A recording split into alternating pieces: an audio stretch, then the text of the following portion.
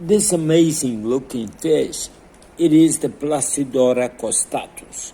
This is the black threaded catfish in English, or the Brazilian cuyu cuyu, ahamau, urmau, or there are other names to the species of black threaded fish.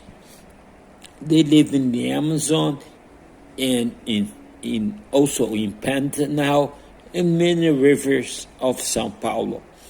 They were especially taken by the big floods that we had in the Amazon in many different years. One thing is a fact, this deep water catfish, they have an incredible amount of different omega-3, 6, 9, as they live in very deep waters of the Amazon.